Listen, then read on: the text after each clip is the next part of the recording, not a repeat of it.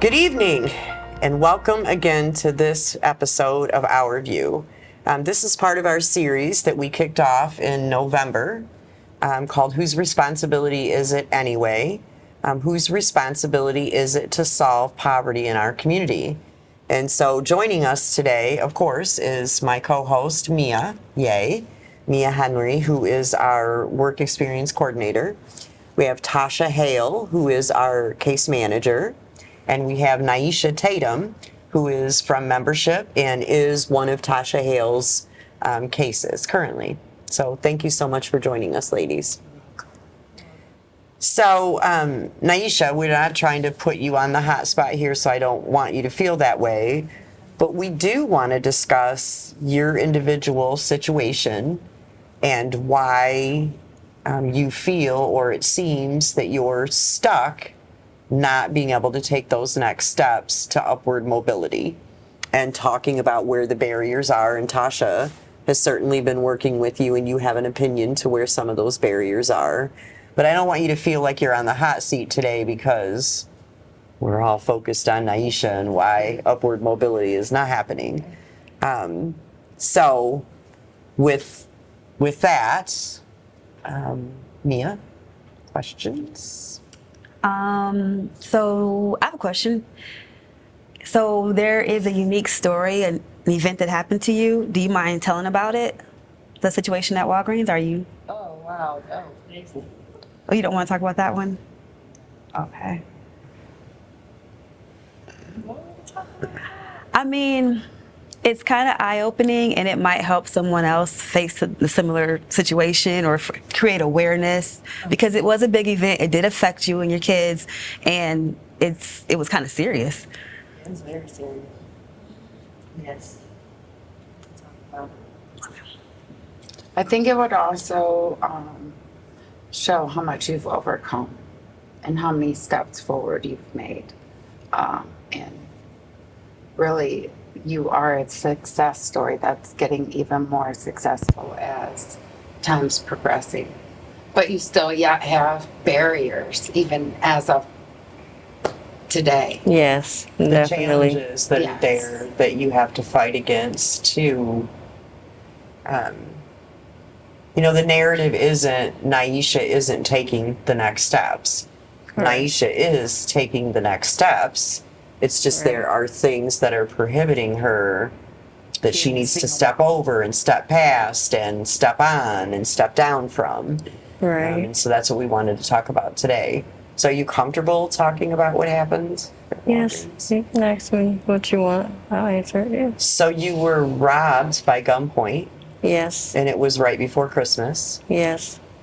and they stole everything, kids' Christmas money, rent money, everything that was in your purse. My whole purse. And then you faced not being able to pay the rent. Yes. How understanding was anyone about that? Many people wasn't understanding because it was not considered, I guess, a necessity. Like the bank didn't take my money, or it wasn't garnished by the IRS. It was sort of more of a personal problem. But you guys stepped in and helped me. And I'm so grateful for that, me and my children. We still have nightmares, and they still wake up through the night, and they still don't want to be away from me or feel like somebody is coming in our house or watching us. And Because that was a very scary thing. yes, But then also when you went to agencies, there was this issue of you make enough money to pay your own rent, I make enough money to pay my own rent. and so you don't qualify here. And no one was able to take that deeper story of course I do. I pay the rent every month. I, Yes. however, cannot pay it this month because of this incident. Yes. No one was able to bend from the rules that you didn't qualify because you made enough money to pay your own rent. No. And I'm So sure when you came had to us, police reports and everything to show for it, right? Police absolutely reports, And they all that. didn't, and nobody thought this is an exception. This is a videotape. There's a videotape of it, right? on camera? Walgreens said that they could not find the video, but okay. The police found him not too long after with my bag, but he had changed clothes and they didn't find the gun. So, And no agencies took that into consideration when they're telling you, no, we can't help you. it's So it was more Not about one of the- fill out this form at this organization and you either qualify or you don't. yeah. And so once again, the story doesn't matter, right? Exactly, it doesn't matter. And I filed an appeal with DHS, and it didn't fall in the guidelines that they could help me. And so from then on, it just went downhill, downhill, downhill. You robbing Peter to pay Paul. What do? Do you pay your insurance? So you know you need your tax, then where you live, everything has to be updated. Your car breaks down, you got 4 flat tires. It's just been a struggle. It's been a struggle. And so when you do face those struggles, like the 2 flat tires, you don't have that support network of someone that you can call that's going to come and change the 2 tires No, or pay for you to take it to Discount Tire. no. And your budget doesn't allow for, oh, I'll just take this out of savings or.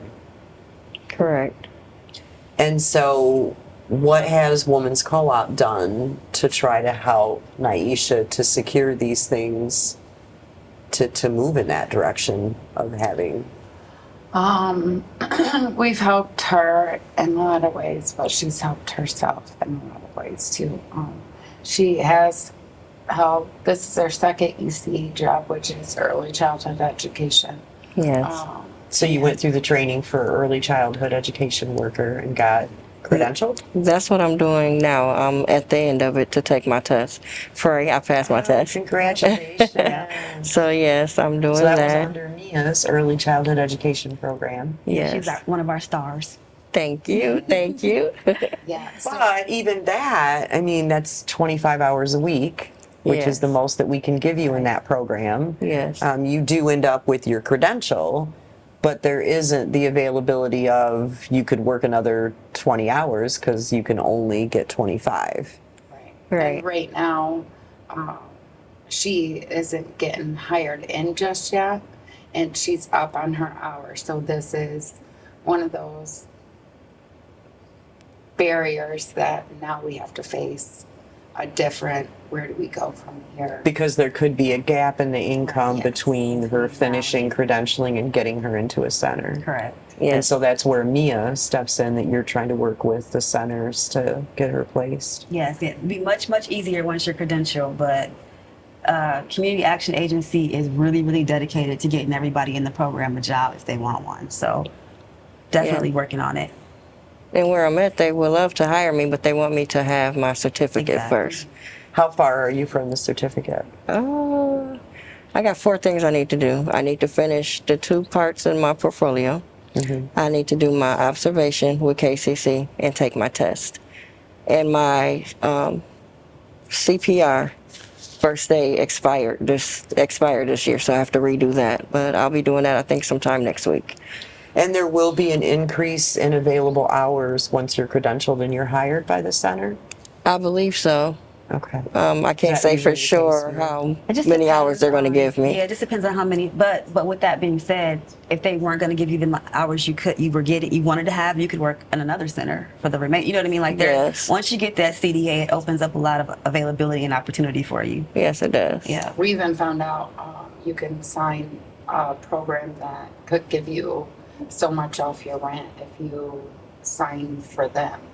So Oh. there's a lot of different programs out there. too Through that pathway. Yeah. Once you open, you get that certificate and open that door, there's a lot of different, it's just getting there. It's the Right. But once you get over, it's just down Yeah. easier. And transportation is critical in all of this, and you've struggled because you have an older vehicle, right? Yes. Yes. And it breaks, right? Yes. And there's not always money to fix that. Correct. We So- went the whole last winter with no heat. With no heat in the car, defrost, or- right. Yeah. No defrost, no heat. It was just crazy. But God bless us, we made it. We made it.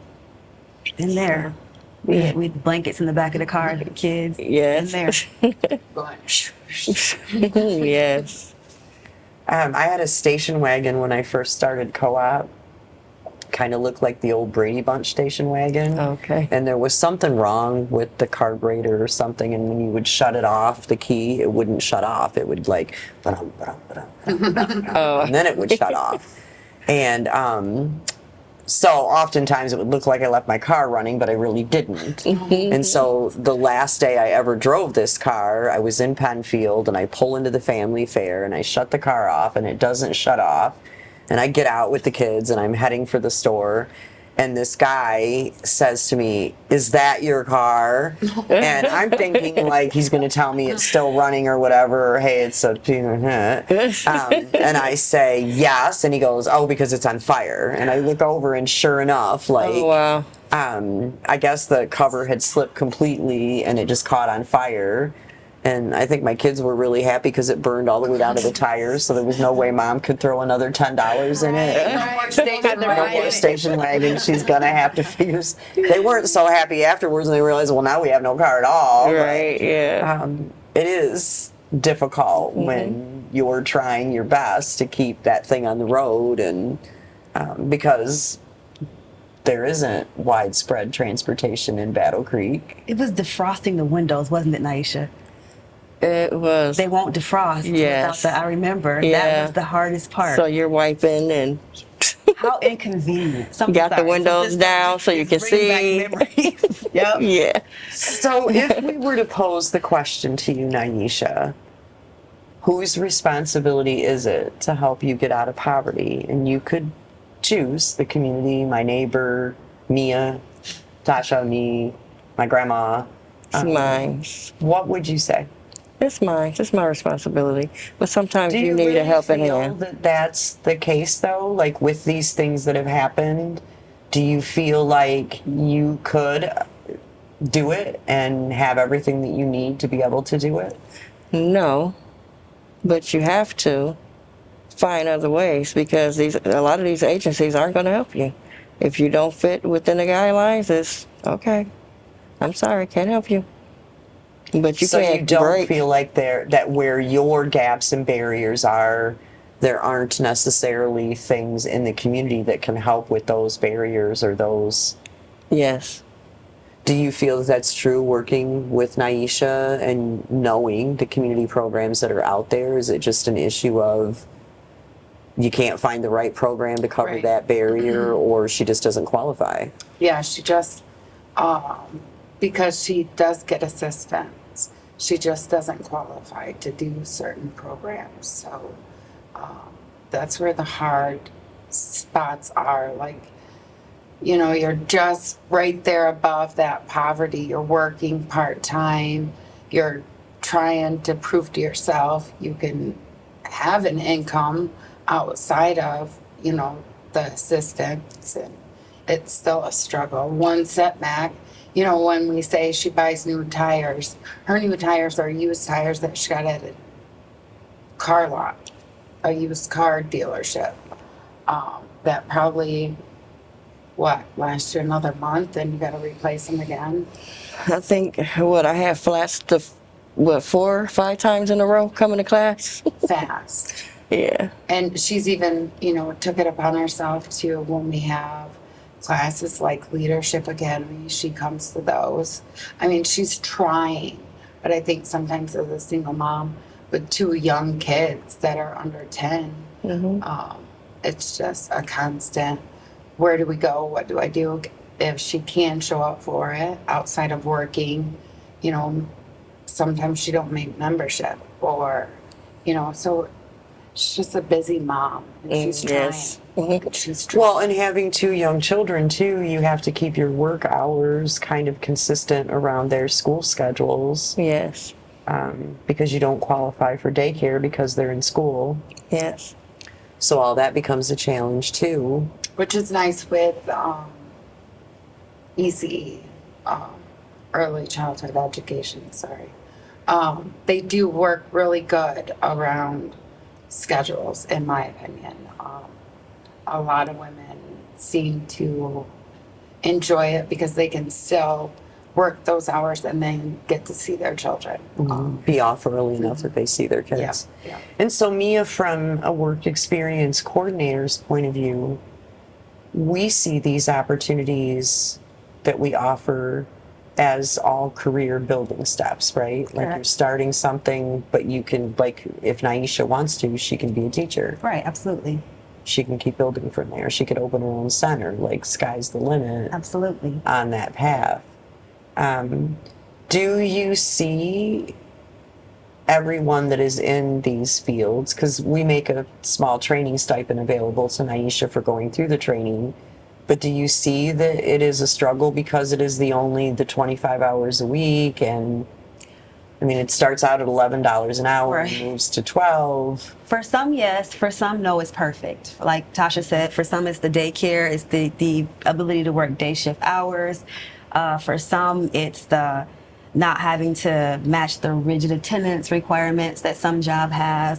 For some, it's just I never even knew that I was interested in early childhood. And now that I know I'm interested, let me move further. And that's what I'm finding most. People don't even think of early childhood education as a career that they're like, you're not asking kids what they want to be when they grow up and they're saying an early childhood education. You know what I mean? So Yeah. it's Right. kind of like finding something that you like to do and, oh, this is a viable career. I might want to do this. Were you thinking early childhood education ever before you went into the program? Yes and no, because I've always dealt with children. I've always loved children. I've always been great with children. But had you So, ever considered it as a career path? Probably not. I just knew I loved children and I worked with them, but I didn't think of it as, oh yeah, this is my career. I'm gonna. I think that's one of the things I like about the work experience programs that we are bringing to the table is it is an opportunity to try something out. Absolutely. How am I going to know if I like manufacturing unless I go try it? And so we do teach in the areas of We manufacturing, food service at the hospital, and early childhood education. okay. So, yep. And basically, that's kind of broad because any one of those will tell you what you need to know about any one of those. Right. And Bronson in particular is a really good place to train because you don't have to just do food service once you're hired. You can bid into x-ray tech or, nursing assistant. Like there's so many avenues. It really is a good broad range of experience people can get in the program. Yes. And I mean, you could get your training there and go into other food Oh, absolutely. service I know people. too. Yeah, exactly. Yeah. Absolutely. And you could do ECE and decide, okay, I don't know about these kids. And then I put you to Bronson and you're like, okay, I can do this. You know what I mean? But Yeah. so it's just a good way to get your feet wet in a career. And to try out a job, Try out a right? job, yes. And decide, And hey, wow. I'm really passionate about this and I want to go all the way. while Yeah. getting that income you need. Yes. Yes. Yeah, which is critical, right? Absolutely. Yes. It really is. And have you considered secondary education past your credentialing, like a credentialed job, and then I'm going to fit college classes in to go even further? Oh yes. I want to finish my associates and probably go on to my bachelor's. Awesome. And then I think that'll be enough for me. And do you see the hope along that pathway too, Naisha? Like, as I take these steps, I'm going to earn a little more money and be in a little bit better situation. Like, there's the economic pieces of it. Yes, I do. But do you I feel do. like it's pulling the other pieces together too? Somewhat I do. But then it's like, it's one thing after another. Like I was placed and I'm happy there, but then it was the summer, I didn't have nobody to watch my children. so So then you I'm didn't going have all the way daycare. to Kalamazoo, back and forth, back and forth, back and forth, and my car's breaking down and then I'm getting back late and it's just a lot. And you're spending a ton of gas to make that happen. Yes, driving them over there before work, then coming back, then Did going you not back to get them, qualify then for coming any back. state funds that could pay for daycare for the kids? No. That no. income requirement is so low. For them to pay for it, you have to be. It's almost like if you want me to work or you don't want me to work. Well, it's really difficult. I have a hard time getting people qualified for DHS childcare, just because of the income what it has to be. And they lowered some of it now too, right? Like you even have to make less to qualify. Yes. Which is unbelievable to me because Kinda if we know the cost counterintuitive. of childcare went up, Yeah, like and now we're going to take you down here that you have to make even less before you can qualify then it for set it. It's like it doesn't my match own up. standards wage lower. Yeah. Yeah. Yeah. I wanted to ask Naisha too, like, so this idea of poverty, like, okay, I know different stages in my life. I have been poorer than other stages. Yeah. Obviously, there was a time when you didn't feel poor, right? When you Right. had, because I'm from talking to you, like where you had everything the way you needed it to be, and then Yes. something happened, and then it kind of all fell apart. Yeah. And I feel like that's what gets missed. Like I don't want to ever make it seem like, oh, we just were poor and always been poor, and I ain't never figured it out. It's never. It's really most cases not even like that. Right. Something happens and it slips you into. Because I've been there a couple times myself. Yes. Is that how you find it to be? Yes. And I'm steady trying to dig myself up out of the hole. Yep, because But I then heard- something talked else to you. happened. Yeah, And and then you it's like- told me how it was before, and Yes. you didn't have these problems and these issues, and now you find yourself in a situation, and you just because you've never been in the situation, how do I navigate it? Right. So it's not so much that a family can't balance off of the income that they're making in our community.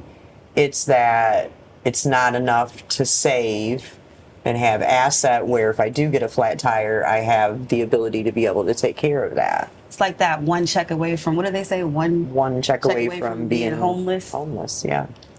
Yeah. Which you personally experienced last December. I sure did. And it was hard after living where we lived for 17 and a half years to not having a home, not having family support, nobody's there, no friends is there. It's like, okay. But you know, you've helped everybody. But I was like, well, where's the help when I need it? And then you go to the agencies and stuff, and it's just like, You don't qualify.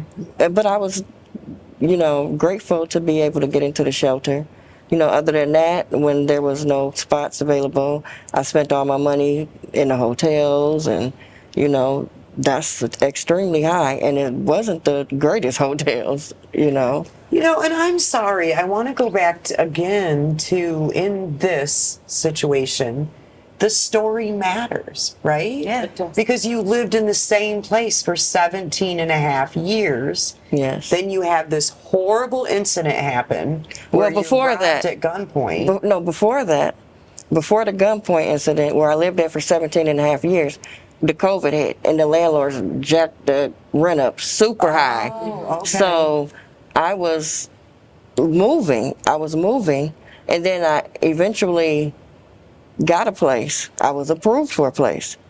But it took me 7 months to get in there when I thought that once I gave my 30-day notice, because I couldn't afford the new rental rate, that I would move right on. Into the new place. But it didn't happen. So then it's just, I get into my place, we're happy, and let me see, maybe 6 months Is when that happened. down the line, we were coming out of Walgreens, you know, some gifts, and I wasn't thinking that, okay, we're going to get robbed or anything like that. We're just coming out, me and my children are talking, and next thing we know, he snatches open my door, he has his gun, he cocks it, he puts it in my waist. If you want to live, give me everything you got. I'm not thinking like rent, bills, take all this crap. Just leave me and my 'cause you babies got two alone. babies. Absolutely. You know. Yeah, absolutely. You did the right thing. Which is the lesson in that. Always Yeah. give it up. Yeah. Always. Yeah. Because your life was way more valuable that day. I think that for me in this story, what bothers me is that the story didn't matter, right? What mattered was you didn't qualify. No. And again, grateful for co-op and the way that we look at things, because we are very situational. There isn't a box that you need to fit in. Your story did matter about what happened. Of course, we wanted to verify it, Yeah. and that really was the facts of the case, but then you didn't have to qualify at some level. Right. Of course, you have to qualify by being at low income or below, but that's the only qualifier. Right. There isn't like this math test that we have to do to see. And I think that that's what really makes us unique and makes us work, Yes. is because we are able to do that. We could, however, use like lots more money to make that happen. for Yes. Yeah. Yes. Lots more people, because that's the issue of most days, is we just don't have the Have money enough. to make those things possible. Sometimes we do, and Sometimes sometimes we we don't. don't. And I definitely need some more money. Like I want to get my credit together. I would love to buy a home to raise my children in. And from there, I'm not saying that I haven't ever been through struggles in my life, but it just said from there, I just haven't been able to get above water. I'm still trying to catch myself, and things are still happening.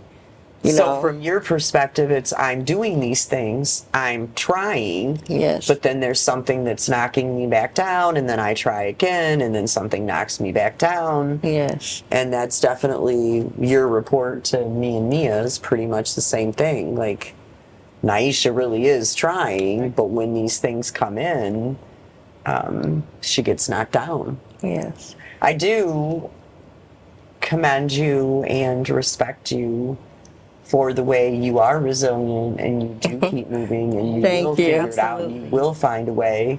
I believe you were the only person who had perfect attendance in Leadership Academy No, too. too. So there were only two of you that had perfect attendance and you were one of them. Yes. So despite the flat tires, despite the things that you suffered through, you were able.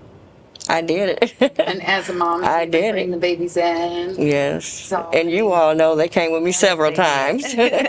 So we have to. Stick on and everything. Yeah. We have to wrap up because we're running out of time this evening, but I think, would we not all be agreement that in this situation, although it be Naisha's responsibility to pull herself out, it is also the responsibility of our community and community agencies that see facts and figures and data. Or why do they exist if not for that? Right. If you cannot hear a story and see a face. Because had somebody have stepped in and helped you in that moment, it could have been game changing. Thanks to you guys really helping me. I went to court, remember, I went to court twice. And even the judge, was, I'm sorry that happened to you, but we have to, go off We the, have our process here. yes. And I just want to thank y'all so much, and New Level Sports, because although I didn't have nobody to watch my children, with no money, my car had broke down. I had to get that fixed, so I couldn't even pay nobody. So, and then I couldn't get them to Kalamazoo or pick them up. So it's like I was off, then we were sick, and God is good because New Level accepted us without a dime. I didn't have any money, and New Level Sports really helped us, me and my children, as well as you guys helped me, and that's how I got to where I am, and I'm continuing to go. Pretty amazing community programs we are. We like New Level Sports too. Yes, they are Thank awesome. you for joining us today, Naisha, and sharing, what we feel is a really personal story. I appreciate that you are sharing it because we believe that folks need to hear these stories to understand it's not always the fault of the individual. It's Yes. just not. That's true. I did not ask for that. And thank you for joining us today, Tasha. You do amazing work for Co-op and help our families. We're so very proud of the things that we do. Thank you for coming on today. And as always, thank you to my co-host.